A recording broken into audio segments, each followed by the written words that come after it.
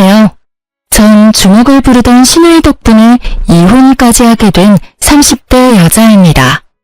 제가 이렇게 사연을 쓰게 된 이유는 제가 결혼과 이혼을 하며 겪었던 일을 애청자분들과 나누고픈 마음에 용기를 내보았어요. 지금은 물론 더없이 행복하지만 이혼 전 분노로 가득했던 제 이야기를 들어보실래요? 남편과 전 회사에서 만나 연인으로 발전해 결혼까지 이어진 사이였어요. 남편과 전 동갑이었지만 직급은 달랐어요. 전 또래보다 일찍 회사에 입사했고 남편은 공무원을 준비하다 취업했던 터라 저보다 직급이 아래였죠. 일머리가 좋진 않으나 남들보다 노력하고 성실해 보이는 남편의 모습에 하나 둘 신경을 써주다 보니 자연스럽게 연인 사이가 되었어요. 결혼하고 난 뒤 저는 부서가 다른 남편의 서포트를 해주었고 남편은 직장 내에서도 서서히 두각을 드러내며 인정을 받게 되었어요. 결혼 후 일도 잘 풀리고 마음도 편안해졌는지 남편은 언제나 다정했고 저흰 싸울 일이 없었죠. 생각해보면 연애 시절에도 싸운 적은 없었던 것 같아요. 거기에다 시골에 살고 계시는 어머님 아버님도 참 좋으신 분이었어요. 그 흔한 시댁 18번 곡이라는 손주 타령을 하시는 법도 없으셨죠. 오히려 신혼생활을 충분히 즐기고 2세 계획을 세우라며 저희의 라이프 스타일을 응원까지 해주셨어요. 전 그런 시부모님들을 보며 결혼하면은 잘했다고 생각했죠.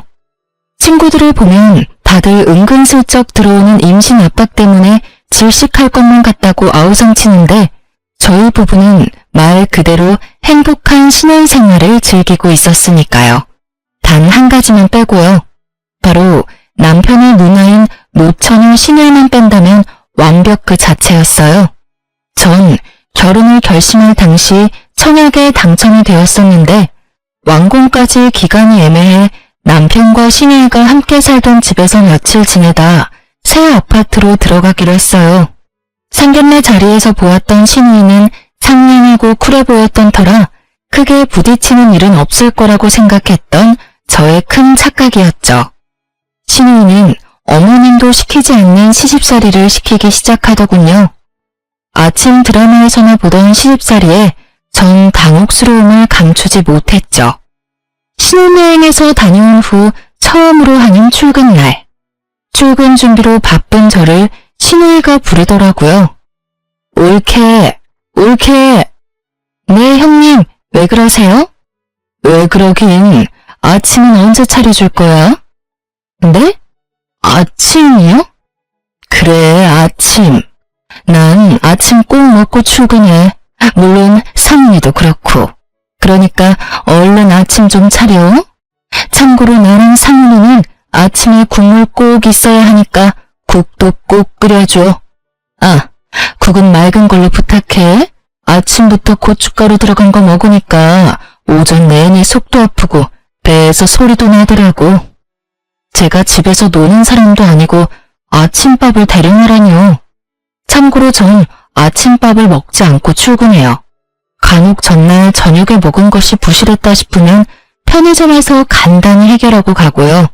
거기에다 남편과 결혼 이야기가 오갈 때 약속했던 것이 있었어요. 자기야, 혹시 아침 먹고 출근해? 너는 아침 먹는데 자기는 안 먹어? 나는 오히려 먹으면 더 불편하더라고. 그래서 말인데 우리 결혼하면 아침은 각자 해결하는 게 어때? 난 아무래도 당신 아침까지 챙길 자신이 없어. 자기도 알다시피 나 아침잠도 많고 아침밥 때문에 스트레스 받기도 싫어. 알겠어. 그까짓 아침 혼자 챙겨 먹으면 되지. 자기가 몰라서 그렇지 나 요리 꽤 잘해. 난 매일 아침 챙겨 먹으니까 혹시라도 당신도 아침 고픈 날이 있으면 나한테 말해. 차리는 김에 당신 것도 차리면 되니까. 이렇게 호언장담하던 남편은 신우이와 저의 사이에서 눈치만을 살피더니 옷도 제대로 갖춰 입지 않고 먼저 출근을 해버리더라고요. 물론 늘 먹던 아침도 먹지 않더라고요.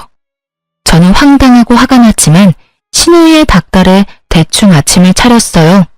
아침부터 싸우기도 싫었고 싸울 시간에 어제 먹은 찬들로 대충 차리는 것이 더 빠르다고 생각했으니까요. 저의 아침상을 받은 신우이는 뻔뻔하게 짝이 없게 반찬 투정까지 하더군요. 에이, 이게 뭐야. 죄다 어제 먹었던 거잖아, 옳게. 우린 한 번 먹었던 반찬은 안 먹어. 국도 마찬가지고. 그러니까 내일 아침은 좀 더 일찍 일어나서 차려줘. 아침에 하기 힘들면 자기 전에 만들어 놓고 자든가. 알겠지? 아, 노력해 볼게요. 그럼 저는 출근해 볼게요, 형님. 거기서 더 지체했다간 지각이 뻔했던 저는 대충 받아주고 출근을 했어요. 남편과 부서도 달랐고 저희 둘 다 그간 밀렸던 일 처리를 하느라 바쁜 탓에 회사에서 마주치지 못했어요. 그래서 전 아침에 있었던 일을 깜빡하고 있었죠. 오전 시간이 어떻게 흘러간 것인지 모를 정도로 일 처리를 하다 보니 점심시간이 되었더라고요. 팀원들은 식사를 하러 가고 밀린 업무 때문에 천천히 점심을 즐길 시간이 없었죠. 이런 상황을 대비해 아침에 사두었던 삼각김밥과 커피를 마시며 업무를 보고 있는데 신우이에게 문자가 오더라고요. 옳게, 저녁은 영포탕, 그리고 아침은 콩나물국이 좋겠어. 제 두 눈을 의심했어요. 제가 무슨 입주 가정부도 아니고 이게 무슨 짓일까 싶더라고요. 전 바로 남편에게 연락을 해 당장 저에게로 오라고 했어요. 점심시간이 다 끝나갈 때쯤에 나타난 남편은 배부르게 식사를 마치고 한 손엔 커피까지 들고서 나타났더라고요. 왜 이제 와? 내가 아까 전화해서 빨리 좀 오라고 했잖아. 빨리 오라고 했는데 주문 취소가 안 되잖아. 그래서 다 먹고 오느라 늦었어. 빨리 오려고 한 사람이 커피 살 시간은 있었나 봐? 오는 길에 샀지. 그런데 당신 무슨 일 있어? 왜 이렇게 까칠해? 무슨 일 많지. 왜? 무슨 일인데? 형님 진짜 왜 그러셔? 내가 형님 며느리야? 아침 차리라는 것도 짜증나는데 이것 좀 봐. 나한테 메뉴까지 정해주셨어. 내가 이딴 짓이나 하려고 당신이랑 결혼한 줄 알아? 전 형님의 문자를 남편에게 보여줬고 문자를 본 남편은 곤란하다는 듯 어색한 미소를 보이더라고요. 누나가 나 어릴 때부터 어버 키워서 그래. 나 20살 때부터 누나랑 같이 살았던 터라 더 심한 것 같기도 하고 어떨 땐 나도 모르게 엄마라고 할 때도 있다니까. 엄마 같은 소리 한다 진짜. 그래봤자 당신이랑 누나랑 8살 차이밖에 더 나? 아니, 내가 100번 양보해서 엄마 같은 누나라고 치자. 그래도 이건 아니지. 요즘 진짜 시어머니들도 며느리한테 아침 차리라고 하시는 분들 잘 없어. 이제 다들 며느리 눈치 본다고. 멀리서 찾을 필요도 없어. 어머님은 봐도 알잖아. 나한테 어머님이 뭐 시키시는 거 본 적 있어? 우리 엄마는 당신한테 뭐 안 시키지. 시킬 시간에 직접 하시는 게 빠르다고 생각하시니까. 그러니까.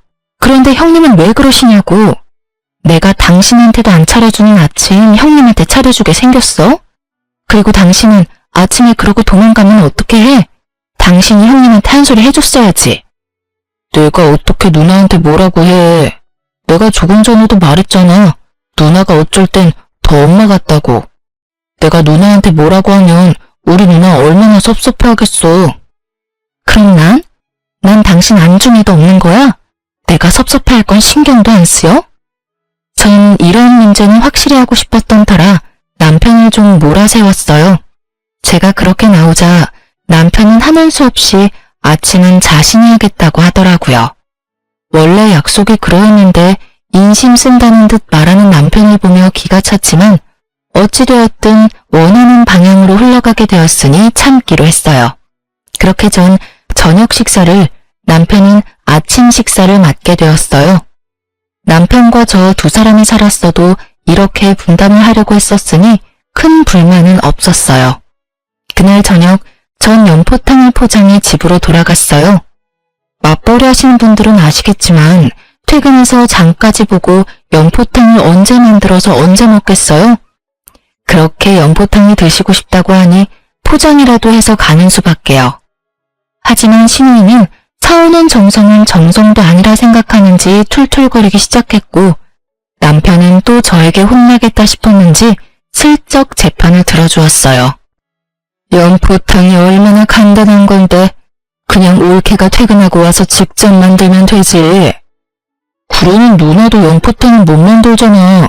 내가 해봐서 아는데 연포탕이 얼마나 손이 많이 가는데 낙지 손질하는 데만 해도 시간 엄청나게 걸린다고. 뭐라는 거야 얘가. 내가 안 해서 그렇지 다 할 줄 알거든. 넌 괜히 끼어들지 말고 밥이나 먹어. 딱 한마디뿐 하였지만요.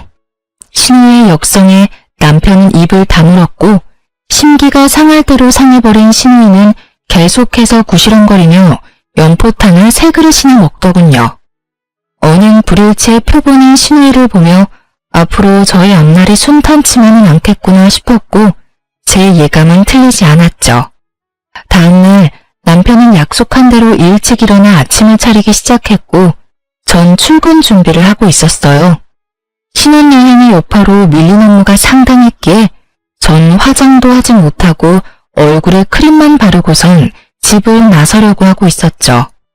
그 순간 남편이 아침을 준비하는 모습을 본 신우이가 화를 내며 저를 불러 세우더라고요. 야, 너 지금 뭐 하는 짓이야? 응? 너 아침 차리잖아. 네가 그걸 왜 해? 올케, 이리 좀 와봐. 못 들은 척하기엔 신우의 목소리가 너무 컸던 터라 일단 전 신발을 벗고 집으로 들어갔어요. 네 형님, 왜 그러세요? 왜 그러세요? 몰라서 물어? 올케는 뭐하고 내 동생이 저러고 있어? 왜 내 동생을 부려먹냐 말이야. 형님, 부려먹는 게 아니라 이건 남편하고 저하고 결혼하기 전부터 약속했던 일이에요. 제가 원래 아침을 안 먹거든요. 그래서 먹어야 하는 사람이 직접 차려 먹기로요.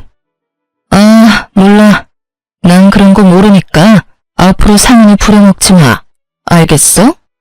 신우이는 모르쇠로 일관하며 억지를 부리기 시작했고 전 슬슬 짜증이 나더라고요. 저도 모르게 짧은 한숨이 나오며 미간이 구겨진 그때 중간에서 눈치를 살피던 남편이 이대로는 진짜 큰일 나겠다 싶었는지 소심하게 나섰어요. 누나, 그냥 내가 하면 돼. 지우 말대로 우리 결혼하기 전부터 약속했던 거야. 그리고 지우 요즘 일도 많아서 바쁘단 말이야. 바쁘면 아침에 좀 더 일찍 일어나서 밥 차리고 출근하면 될 거 아니야. 그리고 일은 혼자 하니? 너도 하고 나도 해. 혼자 바쁜 척은? 그게 지우가 요즘 내 일도 봐주고 있어서 더 바빠졌어. 그러니까 그냥 내가 할게. 누나가 이해 좀 해주라, 응? 네가 뭐라고 하든 난 이해 못하니까 내일부터 올케가 차려. 알겠어?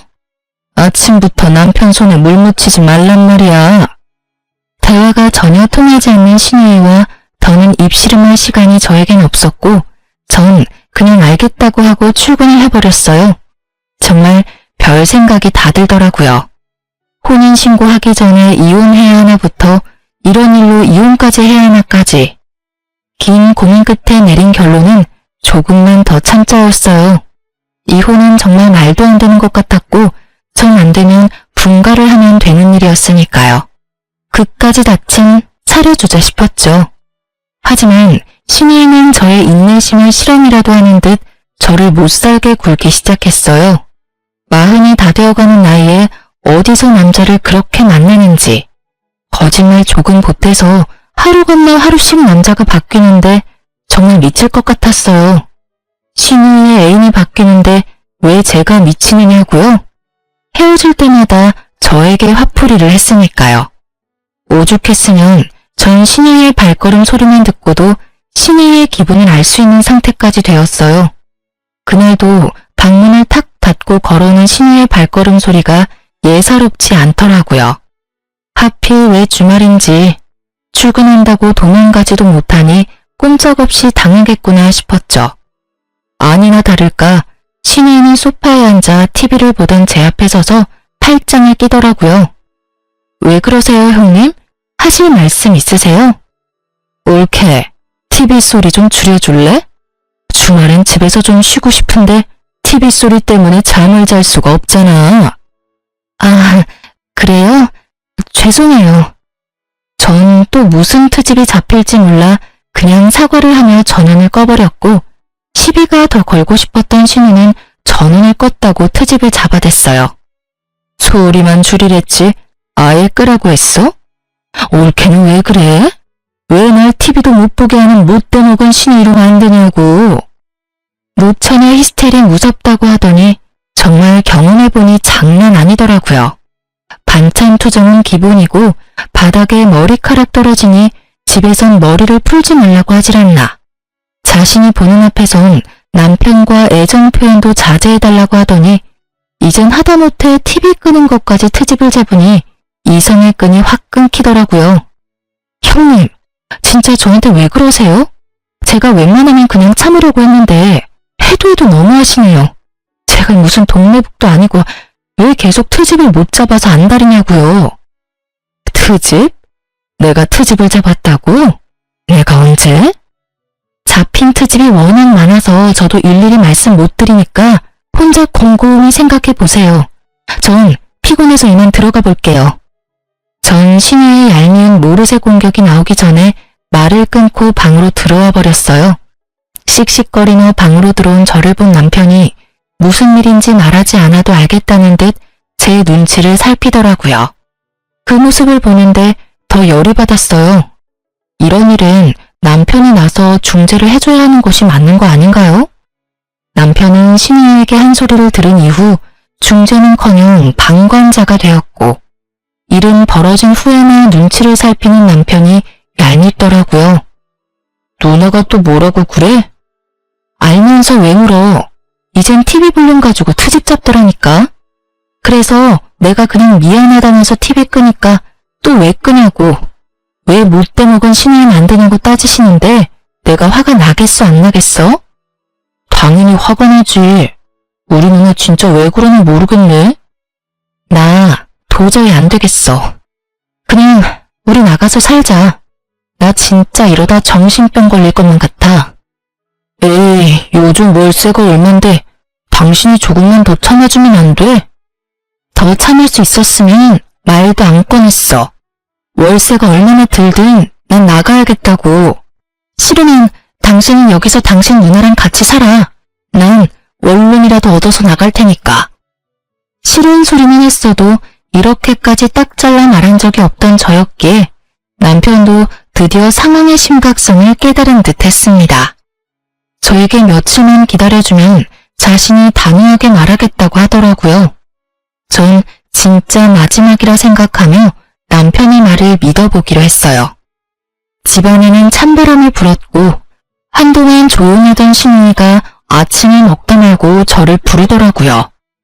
남편은 그때만 기다린 사람처럼 신우이의 말을 자르곤 단호하게 말했어요. 올케, 오늘 누나, 제발 그만 좀 해. 내가 뭘 했다고 그만을 해?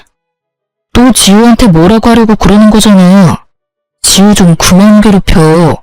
지켜보는 나도 이렇게나 힘든데 당하는 지우는 오죽하겠어? 내가 누나 때문에 지우 볼 낯이 없어. 지금도 봐봐. 아침부터 신우이 밥 차려준 올케가 어디 있다고 또 뭐라고 하려고 그래?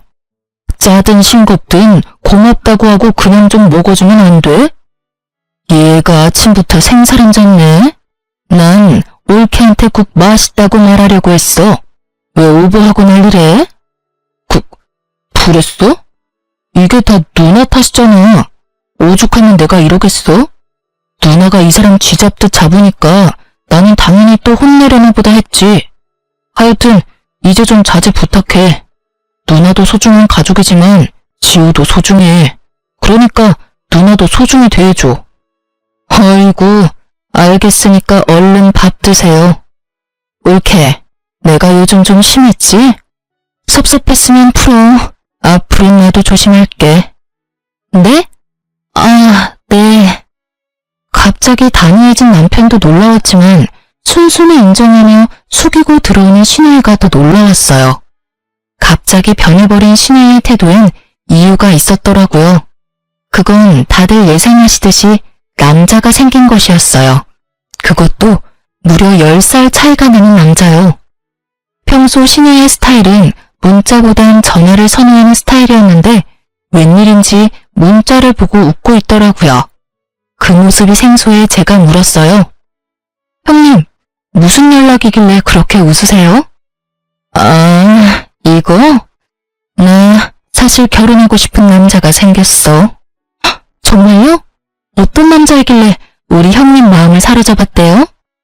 그게 10살 연하야. 네? 10살이요? 와, 어떻게 만나셨는데요? 그게 술집에서 어쩌다 보니 합석하게 돼서 만나게 됐어. 외국에서 일하다가 한국 들어온 지 얼마 안 됐다고 하더라고. 얼굴도 엄청나게 잘생겼다. 완전히 내 이상형에 가까워. 그럼 만난 지 얼마 안 되셨을 텐데 벌써 결혼까지 생각하시는 거예요? 운명인 것 같아. 처음 보는 순간부터 저 남자는 내 남자다 싶더라니까. 만난 지 얼마 되지 않은 연하의 남자와 결혼이라니. 그건 좀 아니지 않나 하는 생각이 들었지만 굳이 입 밖으로 꺼내진 않았어요. 그저 저에게 괜한 불똥만 튀지 않길 바라고 바랄 뿐이었죠. 아파트 입주도 코앞으로 다가왔고 이때껏 버틴 것이 아까워서라도 더는 신우이와 부딪히고 싶지 않았어요. 하지만 신우이는 이런 제 각오를 차분히 짓밟더라고요.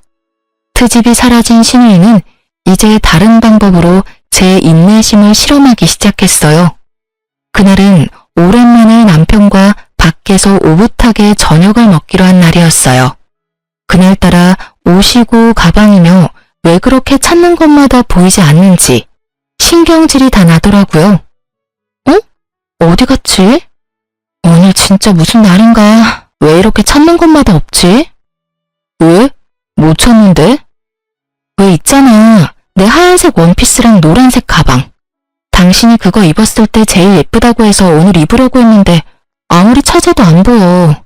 옷하고 가방에 발이 달렸을 리도 없을 텐데 왜 안 보이지? 그러게. 없으면 오늘은 다른 거 입어. 당신은 뭘 입어도 예뻐. 예약 시간은 다가오고 마음은 급해졌어요. 원하는 옷이 보이지 않아 짜증이 났지만 오랜만에 하는 데이트에 더는 기분을 망치고 싶지 않아 다른 옷을 입고 화장대 앞에 앉았어요. 오늘 왜 이러지? 립스틱도 없어. 아끼는 립스틱도 보이지 않자 이상하다는 생각이 확 들더라고요. 혼란에 빠져있는 그때 신우이가 콧노래를 부르며 집으로 들어왔고 전 설마 하는 마음으로 거실로 나갔어요. 정말 설마가 사람을 잡더라고요. 네, 맞습니다. 신우이는 제 옷을 입고 가방을 어깨에 메고선 립스틱까지 가지고 외출했던 것입니다. 물론 저에게 묻지도 않고요. 어떻게 생각하면 별거 아닐 수도 있지만 이때껏 당한 것이 있어서 그런지 눈이 다 뒤집히게 화가 나더라고요. 남편은 어찌할 바를 몰라 발만 동동 굴리며 제 눈치를 보더군요. 전 끓어오르는 화를 최대한 누르고 조심스럽게 말했어요. 형님, 지금 입고 있는 옷, 제 옷 맞을까요? 쇼핑 좀 해야지. 나가려고 보니까 입을 게 마땅치 않아서 올케 옷 좀 빌려 입었어. 옷에 맞는 가방도 없길래 가방도 좀 쓰고. 다음부턴 이러지 말아주세요. 최소한 미리 말씀이라도 해주세요. 저도 오늘 입고 나가려고 했는데 안 보여서 한참을 찾았어요.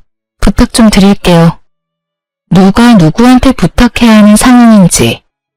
어쨌든 전 최대한 좋게 말하려고 했었지만 받아들이는 신우이는 그렇지 않았죠. 방귀 낀 놈이 성낸다더니 그 말이 딱 맞더라고요. 신우이는 제 말이 끝나기도 전에 신경질적으로 가방을 내던지고 입고 있던 옷까지 벗는 신용을 하더군요. 남동생이 보고 있었으니 차마 진짜 벗을 수는 없었는지 원피스 뒤 지퍼를 내리다 멈추곤 저에게 고래고래 소리를 질렀습니다. 이까짓 옷이랑 가방 줘도 안 해. 이까짓 거 얼마나 한다고. 제가 어디 가서 할 말 못하고 그런 사람이 전혀 아닌데 너무 황당하니 말문이 턱하고 막히더라고요. 제가 아무 말도 하지 않고 있자 저를 쏘아보던 신우이는 방으로 신경질적으로 들어가 버렸습니다. 폐악에 가까운 신우이를 보고 있자니 남편과 데이트할 마음도 싹 사라졌고 전 그대로 방으로 들어와 깊은 고민에 빠졌어요. 신우님의 머리털을 다 뽑아야 하나 말아야 하느냐는 고민이요. 그런 고민도 잠시 결국 한 번 더 참기로 마음먹었어요. 곧 시집을 간다니 그때까지만 죽은 듯이 참고 살지 싶었네요. 지금 생각하면 그때 머리털을 다 뽑아놨어야 했는데 그땐 남편을 사랑했기에 더 큰 분란을 만들고 싶지 않은 마음이 더 컸던 것 같아요. 미련스럽고 바보같이 말이에요. 거기에다 남편도 이때까진 저의 마음을 헤아려 주려고 노력했고요. 여보, 내가 당신한테 면목이 없네. 미안해. 내가 대신 사과할게. 정말 미안. 아휴, 당신도 힘들지? 중간에서 두 여자 눈치 살피느라. 나도 당신 생각해서 조금만 더 참자 싶은데 막상 형님 저러는 거 보면 그게 마음처럼 잘 안 돼. 아니야. 당신 오늘 충분히 참았어. 사실 난 아까 누나 들어오는데 당신 옷 입고 가방까지 든 거 보는데 아, 오늘 진짜 큰일 나겠구나 싶었다니까. 그런데 당신이 참는 거 보면서 내가 얼마나 미안하고 고마운지 다시 한번 미안해 여보. 그리고 참아줘서 고마워. 내가 우리 둘이 살게 되면 진짜 여왕님처럼 모시고 살게. 이렇게까지 하는 남편을 보니 화도 좀 가라앉는 것 같았어요. 그리고 신우이가 화까지 내며 그렇게 호언장담했으니 다신 제 물건을 건드리는 일은 없겠지 했죠. 그래서 그 이후엔 그런 일이 없었냐고요? 전혀요. 신우이는 정말 제 예상을 훌쩍 뛰어넘는 사람이었어요. 그날 이후부턴 제 눈에 띄지 않게 제 물건을 사용하기 시작했어요. 왜 그런 거 있잖아요. 제가 뒀던 자리가 아닌 다른 곳에서 제 물건이 있다든지 제가 모르는 얼룩이 묻어있다든지 분명 신우이 짓이 분명했지만 확실한 증거가 없는 그런 상황이 계속되었어요. 그래서 전 신우이가 발뺌할 수 없도록 요수를 생각해냈죠. 저는 덫을 놓았고 이제 신우이가 덫에 걸리길 기다렸어요. 얼마나 지났을까요? 도저히 참을 수 없는 일이 일어나고야 말았습니다. 그날도 신우이는 제 가방을 몰래 들고 나갔고 저에게 딱 걸리고야 말았어요. 전 참을 수가 없었죠. 그 가방은 엄마가 결혼할 때 물려주셨던 고가의 명품 가방이었습니다. 가격도 가격이지만 의미가 깊은 가방이라 저도 훗날 딸이 있다면 딸에게, 아들뿐이라면 며느리에게 물려주고자 아끼고 아끼던 것이었어요. 그런 가방을 또 묻지도 않고 가지고 간 것도 화가 나는데 가방을 자갈밭에다 굴렸는지 걸레짝을 만들어 들어왔더군요. 그리곤 미안하다는 기색도 없는데 그야말로 전 분노가 폭발해버렸어요. 더는 참고 말고 할 이성이 사라졌다는 말이 더 맞겠네요. 형님, 이게 뭐예요? 전 걸레짝이 된 가방을 들고 집으로 들어서는 형님에게서 가방을 휙 낚아채며 소리를 질렀어요. 그런 제 목소리가 듣기 싫다는 듯 신우이는 귀를 후벼파며 말했어요. 아, 시끄러워. 그까짓 가방 얼마나 한다고? AS 맡겨. 아니면 하나 새로 사든가. 새로 사준다고 해도 진정이 안 되는데 어쩜 그리도 뻔뻔할 수가 있는지. 남편은 눈을 질끈 감았고 전 실소가 흘러나왔어요. 형님, 이 가방 친정엄마가 처녀 때 구입하셔서 물려주신 가방이라 이제 사지도 못하는 그런 가방이라고요. 그리고 설사 다시 살 수 있다고 한들 걸레짝 만들어 온 건 형님인데 왜 제가 사요? 형님이 사주셔야죠. 참나, 난 또 새 가방이라도 되는 줄 알았네. 그래, 내가 물어줄게. 얼마면 돼? 한 100만 원 하면 돼? 100만 원이요? 형님이 방금 말씀하셨다시피 그 가방 컨디션이 새 것과 다름없었는데 그게 고작 100만 원일까요? 무려 샷된 가방인데? 형님이 가지고 계신 짝퉁 생각하시면 안 되죠. 물어주신다고요? 그래요, 물어주세요. 지금 중고 시세로 다 빼고 가방 가격만 받아도 1,000만 원은 좋긴 넘을 텐데 가족이니까 뒷단에 빼고 1,000만 원만 받을게요. 제 계좌 문자로 보낼 테니 당장 입금해주세요. 뭐? 1,000만 원? 옳게 장난해? 지금 제가 장난하는 걸로 보이세요, 형님은? 아니, 그냥 똑같은 S급으로 사면 아무도 모르겠구만. 그리고 그렇게 비싼 가방을 왜 아무렇게 놔둬? 나는 그냥 눈에 보이니까 빌려갔던 거지. 아무렇게 놔두다니요. 옷방 제일 깊숙한 곳에 더스트에 박스까지 해서 넣어뒀는데요. 그리고 형님, 입은 삐뚤어졌어도 말은 바로 하셔야죠. 그건 빌린 게 아니고요. 훔쳐 쓰신 거예요. 뭐라고? 훔쳐? 내가 도둑질이라도 했다는 거야? 그럼 이걸 뭐라고 말할 수 있나요? 주인한테 묻지도 않고 남의 물건 막 가지고 가서 쓰는 행동을? 몰래 훔쳐가서 썼으면 깨끗하게라도 쓰시던가. 걸레짝을 만들어서 가지고 왔으면서 어쩜 사과 한마디가 없으세요? 사과는커녕 왜 그렇게 당당하신 거냐고요? 이년이 진짜? 너 말 다 했어? 언성이 높아지고 자칫 몸싸움으로 번질 수도 있는 상황이 되자 도저히 안 되겠는지 남편이 나섰어요. 둘 다 그만 좀 해, 제발. 누나는 당장 이 사람한테 사과해. 그리고 당신도 도둑질이라고 한 건 심했어. 내가 뭐 가족끼리 가방 좀 들고 나간 게 그렇게 큰 죄야? 이 사람이 자기 물건 함부로 쓰는 거 싫다고 말했었잖아. 저번에도 그 난리를 피웠으면서 또 왜 이랬어? 이 사람 말대로 몰래 가지고 나갔으면 깨끗하게 쓰고 뒀어야지. 이게 뭐야? 다 망가뜨려서는. 너까지 이럴 거야? 니까 가방이 뭐라고? 네가 나한테 이럴 수가 있어? 내가 너한테 어떻게 했는데? 너 장가 가더니 변했어. 매번 마누라 편만 들고 내가 너 이럴 때마다 얼마나 섭섭한 줄 알아? 급기야 신우이는 눈물을 짜내기 시작했고 멍청한 남편님은 신우의 역성을 들기 시작했습니다. 결국 신우이와의 다툼은 남편과의 싸움으로 번져버렸죠. 누나, 울어? 뭐 이런 일로 울고 그래. 당신 얼른 누나한테 사과해. 뭐? 나더러 지금 뭘 하라고? 사과. 당장 무릎 꿇고 싹싹 빌어. 누나가 아무리 잘못했어도 그렇지 도둑으로 모는 건 당신이 잘못했어. 얼른, 누나 울잖아. 내가 기가 막혀서 진짜? 당신 눈에는 당신 누나 우는 것만 보이고 내 억장 무너지는 건 안 보이나 봐? 무릎 꿇고 싹싹 빌어야 할 건 내가 아니라 형님이라고. 상황 파악이 그렇게는 안 돼? 도대체 그까짓 가방이 뭐라고 일을 이렇게까지 키우는 거야? 내가 지금 가방 하나 때문에 이러는 걸로 보여? 물론 시작은 가방이었지. 그런데 당신도 눈이 있고 귀가 있으면 다 보고 들었을 거 아니야. 형님이 나한테 어떻게 했는지. 형님이 나한테 진심 어린 사과 한마디만 했었어도 나 이렇게까진 하지 않았을 거야. 그런데 형님은 오히려 내 탓만 하기 바쁘잖아. 이 가방이 어떤 의미인지 당신도 뻔히 잘 알면서. 그런데 나한테 싹싹 빌으라고? 난 죽어도 못해. 1,000만 원? 그깟 1,000만 원 주면 되는 거야? 그러면 다 끝나는 거지? 돈은 당연한 거고 형님이 나한테 제대로 사과할 때까지 끝은 없으니까 그런 줄 알아.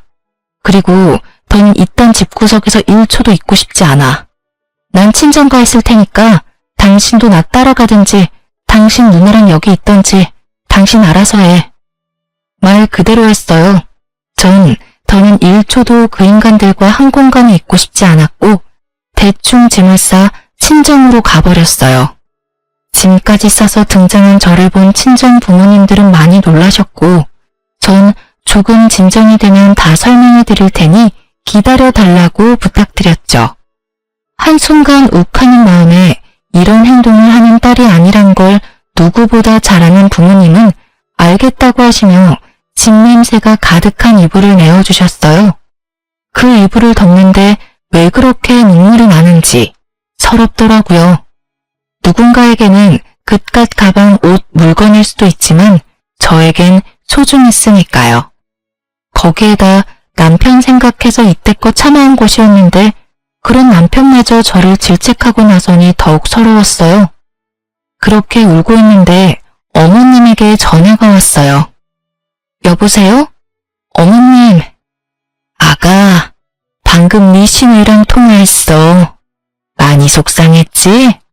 내가 아주 혼구멍을 냈어. 어쩜 철이 없어도 그렇게 나오는지. 아니에요, 어머님. 저도 좀 참았어야 했는데. 네가 오죽했으면 그랬을까? 내가 널 모르니? 들어보니 사돈께서 물려주신 거라며. 그렇게 의미가 깊은 물건인데 다 망가졌으니 얼마나 속상했을 거야. 네 계좌로 가방값 보냈어. 돈으로 해결될 문제가 아니란 걸 잘 알지만 시엠이 마음이라 생각하고 받아. 괜찮아요, 어머님. 한두 푼도 아니고 그 비싼 걸. 한두 푼이 아니니까 더 받아야지. 이런 문제는 확실히 하고 넘어가야 해. 이렇게 한다 해도 네 마음이 완전히 풀리지 않을 거란 걸 잘 안다. 친정에 있다고? 간 김에 푹 쉬어. 네 남편이 싹싹 빌기 전까진 돌아갈 생각도 말고. 알겠니? 감사해요, 어머님. 감사하긴. 내가 미안하구나, 아가. 어머님의 진심 어린 사과에 제 마음속 응어리가 조금은 풀리는 기분이 들었어요. 그 기분도 오래가진 않았지만요. 며칠 뒤 남편은 친정으로 찾아와 싹싹 빌었고 전 일단 시누이가 기다리는 집으로 돌아갔어요. 저만의 계획이 있었거든요. 시누이는 집으로 돌아온 저에게 진심을 담은 척 사과를 했고 저 역시 진심을 받은 척 사과를 받아주었어요. 시누이는 10살 어린 남자친구와 결혼하기로 했다며 상견례 날짜가 잡혔다고 하더라고요. 남편이 저에게 싹싹 빈 것도 시누이의 사과도 다 이유가 있었던 것입니다. 저도 대충 눈치채고 있었던 사실이라 화도 나지 않더군요. 그날부터 시누이는 저에게 잘해주기 시작했어요.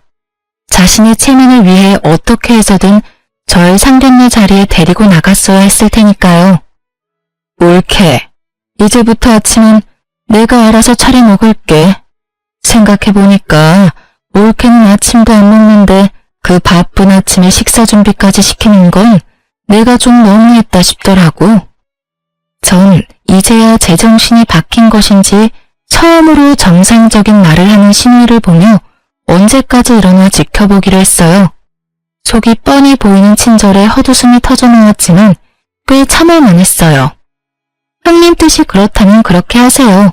그런데 상견례 날짜 잡으셨다면서요? 이번 주 주말 맞아요? 옳게도 같이 갈 거지? 그럼요. 제가 가야죠. 10살 차이라고 했었죠? 나이 차이가 꽤 나는데 반대는 없었나 봐요, 형님? 그게 사실 나이를 속였어. 5살 차이 나는 걸로. 남자친구도 몰라. 그러니까 옳게도 아닌 말 하지 말아줘. 상견례만 무사히 마치면 남자친구한텐 말하긴 할 건데 아직 입이 안 떨어져서 그래. 그것도 그렇고 나 임신했어. 이제 와서 나이 때문에 파혼이라도 당하면 어떡하겠어? 그러니까 옳게 나이 이야기는 하지 말아줘. 알겠지? 아, 네. 나이도 나이지만 임신이라니 아무리 생각해도 석연치 않더라고요. 그래서 전 다음날 급하게 몸이 좋지 않은 척 연차를 냈고 남편과 시누이가 출근하길 기다렸어요. 드디어 두 사람은 출근을 하고 전 집에 혼자 남게 되었어요. 전 시누이의 방을 뒤져 산모수첩과 초음파 사진을 찾아냈고 충격적인 사실을 알게 되었죠. 주수와 날짜를 확인해보니 시누이 뱃속의 아기, 지금 남자친구의 아기가 아니더라고요. 분명 전 남자친구의 아기였어요. 참 대단하다 싶었네요. 언젠가는 밝혀질 텐데 겁도 없이 이런 걸 속이다녀. 뒤늦게 안 사실인데 시누이는 전 남자친구와 헤어지고 지금 남자친구와 만날 무렵 이 사실을 알았고 남자친구를 놓치고 싶지 않은 욕심에 이런 엄청난 거짓말을 했다고 하더라고요. 뻔뻔하다고 해야 할지 무섭다고 해야 할지 하여튼 시간은 흘러 주말은 다가왔고 전 평소와는 다르게 힘껏 꾸몄어요. 머리도 하고 메이크업도 받았죠. 아주 값비싼 옷도 한 벌 사입었네요. 신우이의 상견례 날이 저에게도 중요한 날이었으니까요. 와, 올케. 다른 사람 같아. 너무 단아하고 고급스러운 게 사모님 같아. 올케 덕분에 내 기가 다 사는데? 고마워, 올케. 이렇게까지 신경 써줘서. 그러게, 당신 오늘 정말 예쁘다. 그래? 그래요? 오늘이 어떤 날인데 제가 신경 써야죠. 어머님, 아버님은 좀 늦으신다던데. 저희 먼저 들어갈까요? 어깨에 힘이 한껏 실린 신우이는 신난 손길로 예약한 방문을 열었고 그곳엔 신우이의 남자친구만 덩그러니 있었어요. 자기야, 언제 왔어? 연락하지. 헉, 그런데 왜 혼자야? 그게 누나가 왜 내 여자친구랑 같이 와? 저를 보며 누나라고 부르는 신우이의 남자친구. 맞습니다. 10살 어린 신우이의 남자친구는 바로 제 친동생이었습니다.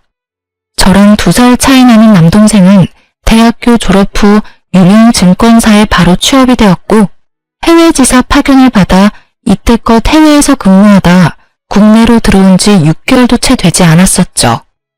남편과 연애할 때도 코로나가 한창 심했을 때라 남편도 동생 얼굴을 보지 못했고 상황이 그러해 제 결혼식에도 물론 오지 못했으니 신우이도 동생인 줄 몰랐던 거죠. 지금 생각하면 신우이에게 참 고마워요. 하필 제가 가장 아끼는 가방을 들고 나가 걸레짝을 만들어주는 바람에 제가 친정으로 갈 수 있었고 친정에서 남동생과 신우이가 함께 찍은 단 한 장의 사진을 조르고 졸라 볼 수 있었으니까요. 평소에 사진 찍는 걸 정말 싫어하는 남동생인데 신우이가 억지로 찍은 사진이라고 하더라고요. 그 정도 얼마나 고마운지. 그 덕분에 제가 이 모든 사실을 미리 알고 계획을 세울 수 있었으니까요. 아, 물론 동생에게도 말하지 않았어요.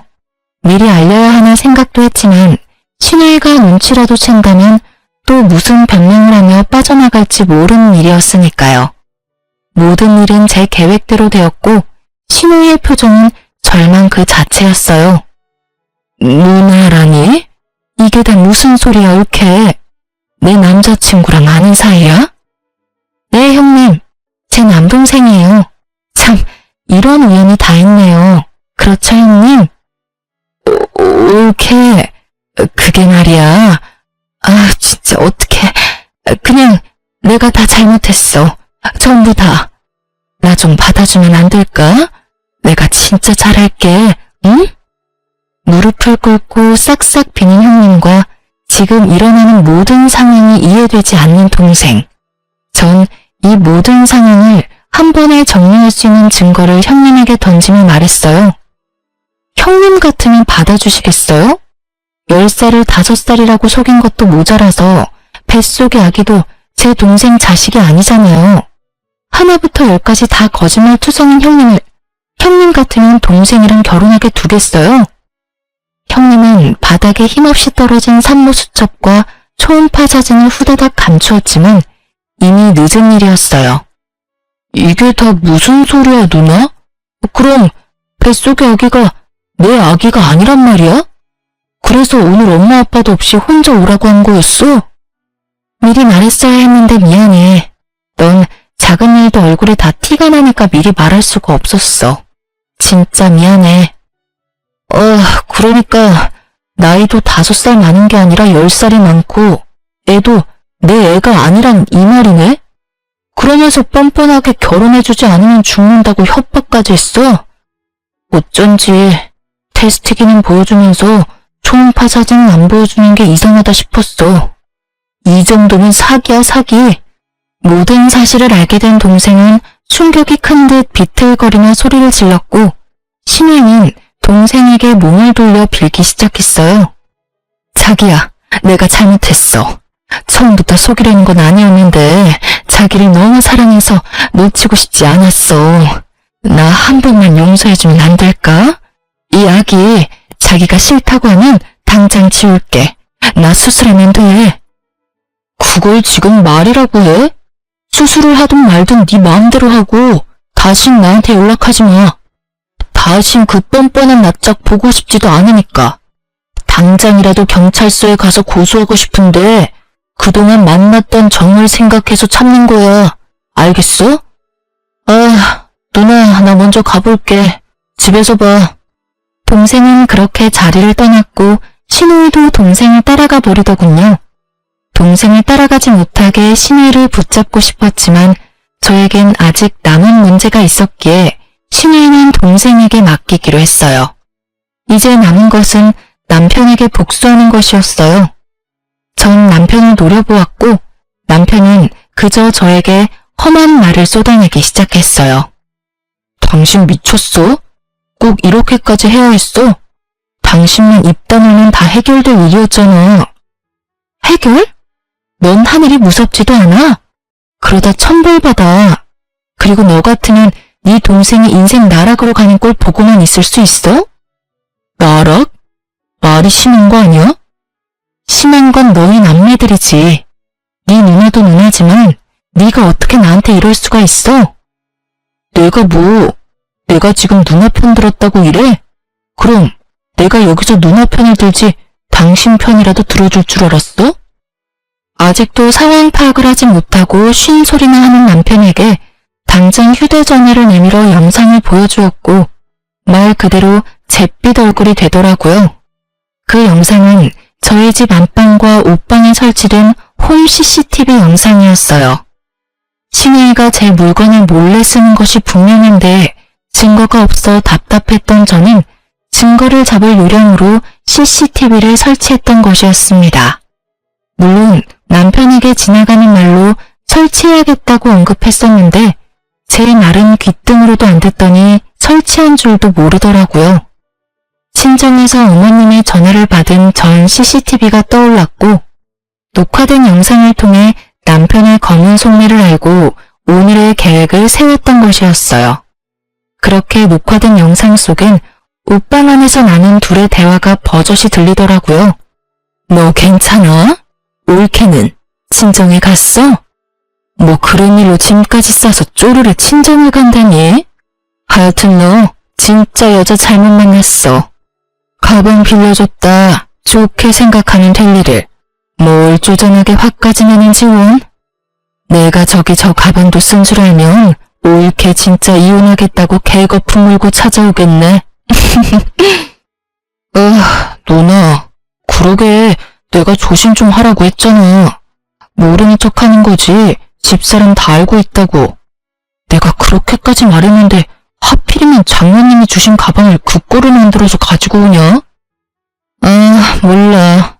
남자친구랑 다투는 바람에 열받아서 화풀이 한다고 던졌는데 하필 손에 들린 게 가방이었어. 바닥에 돌도 많았고. 나라고 이렇게 될 줄 알았겠어? 이제 어떡할 거야? 저 사람 저대로 두면 누나 상견례는 어쩌려고. 어떻게든 오게 해야지. 넌 결혼해도 그딴 년이랑 결혼했니? 오늘도 봐. 이까진 일로 짐 싸서 친정 가는 게 말이나 돼? 그년 때문에 나는 엄마한테 혼났잖아. 나라고 알았겠어? 그렇지 않아도 이번에 회사에서 맡은 프로젝트만 무사히 끝내면 이혼할 거야. 성질머리가 얼마나 더러운지 생각 같아선 당장이라도 이혼하고 싶은데 와이프 도움 없이는 프로젝트 성공률 끝내기란 불가능에 가까우니 어쩌겠어. 누나 결혼식도 있고. 일단 다 무사히 넘기고 나 진급만 하면 당장 이혼할 거니까 누나도 그때까진 비위 잘 맞추란 말이야. 알겠지? 더 들을 수가 없어 전 영상을 꺼버렸어요. 기껏해야 어머님께 형님의 만행을 알리고자 설치했던 CCTV였는데 이런 월척이 낚일 줄 누가 알았겠어요? 숨겨왔던 민낯이 드러나니 남편은 신우이가 꿇었던 그 자리에 똑같이 무릎을 꿇고 싹싹 빌더군요. 여보, 저 말 다 진담 아닌 거 당신은 알지? 별것도 아닌 일에 당신이 집을 나가버리니까 화가 나기도 했고 누나도 달래줄 겸 그냥 한 말이었어. 진짜 당신하고 이혼할 생각은 전혀 없었다고. 내가 당신을 얼마나 사랑하는데 당신도 잘 알잖아. 사랑 타령을 하는 남편을 보는데 화가 다시 솟구쳐 올랐어요. 저 망설이지 않고 남편의 뺨을 내리쳤습니다. 사랑? 웃기고 있네. 이 와중에도 거짓말을 하고 싶니? 정말 소름 끼친다. 그냥 이혼해 우리. 곧 어머님 아버님 오시지? 영상은 내가 보내드릴 테니까 자세한 설명은 네가 해. 그러면 법원에서 보자. 그렇게 저도 그 자리를 났습니다. 뒤에서 남편의 절규가 들려왔지만 아랑곳하지 않았어요. 이미 제 마음을 떠난 사랑이었으니까요. 일말의 감정도 남지 않았죠. 저를 등에 업고 날개를 달려고 했더니 정말 가당치도 않았어요. 그래서 어떻게 됐냐고요? 뻔한 결말이었죠. 포기란 모르는 전 신우이는 하루가 멀다고 남동생을 찾아왔고 결국 전 신우이를 스토킹과 사기죄를 묶어 경찰에 신고해버렸어요. 전 당연히 이혼했습니다. 이혼 이후 저의 도움이 사라지자 전 남편님의 무능함이 적나라하게 드러나며 부서 사활이 달려있던 일은 그야말로 대실패로 돌아갔어요. 회사 명예를 땅에 떨어뜨린 수준이었고 프로젝트 책임자였던 전 남편은 그에 대한 징계로 권고사직까지 받았고요. 같은 회사에서 어떻게 보고 살아야 하나 고민이 많았는데 얼마나 다행스럽던지 그 후 친정의 모든 사실을 아시게 된 시부모님들이 찾아오셔서 저와 남동생에게 용서를 구하셨어요.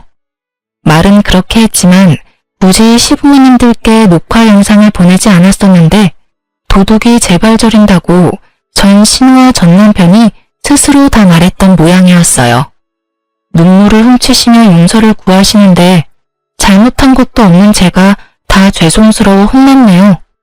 어떻게 저런 올곧은 부모님 밑에서 그딴 자식들이 태어났는지 아직도 의문이에요. 그 뒤로도 크고 작은 일이 더 있었지만 다 쓰자니 말이 길어질 것 같아 이만해야 할 것 같아요. 다음에 시간이 된다면 또 사연을 통해 말씀드리도록 할게요. 어찌되었든 저와 남동생은 나락으로 갈 뻔했던 인생을 잘 구출했어요. 동생은 그 후 다시 외국 지사로 나갔어요. 아무래도 자신은 외국 생활이 더 맞는다며 나가버리는데 말릴 수가 없더라고요. 제 잘못은 없었지만 동생에게 미안한 마음이 있었던 터라 동생의 결정을 그저 응원하기로 했어요. 어제 동생과 오랜만에 통화를 했는데 여자친구가 생겼다고 하더라고요. 그러면서 결혼 생각은 없다고 못 박는 걸 보니 아무래도 아직 상처가 남은 모양이에요. 그래도 잘 지내고 있는 것 같아 한편으론 마음이 놓였네요. 전 아주 잘 지내고 있어요. 이혼 후 완공된 아파트에 부모님을 모시며 사랑 가득한 하루하루를 보내는 중입니다. 그리고 전 남편이 말아먹었던 그 프로젝트를 이번엔 꼭 성공시켰으면 좋겠다며 저에게 일을 배당해 주더라고요. 다른 부서 일이긴 하지만 제가 뒤에서 돕고 있었던 사실을 다들 알았던 터라 책임자 선정에 이견이 없었어요. 그래도 누가 한번 말아먹은 프로젝트라서 부담은 되더라고요. 하지만 회사 팀원들이 저번 같은 실수는 없어야 된다며 다들 이를 갈며 임한 덕분에 어느 정도 성공리에 마무리가 된 상태예요. 그리고 저는 이번 3월 승진 대기명단에 이름이 올라갈 것 같네요. 자랑하는 것이 맞으니 축하해주세요. 사실 전 남편과의 이혼으로 안쓰럽게 보는 시선들도 있어 마음껏 자랑하지 못했거든요. 전 이혼에 대한 후회도 미련도 없는데 주변 생각은 다른 것 같더라고요. 전 이제 아등바등 살았던 과거는 버리고 새롭게 살아보려고 해요. 우선 이제껏 쓰지 않았던 연차들로 부모님과 함께 동생에게 다녀오려고요. 보란듯이 행복하게 살아갈 거예요. 저는 이만 다른 사연 들으러 물러가 볼게요. 지금까지 저의 긴 사연 들어주셔서 감사합니다.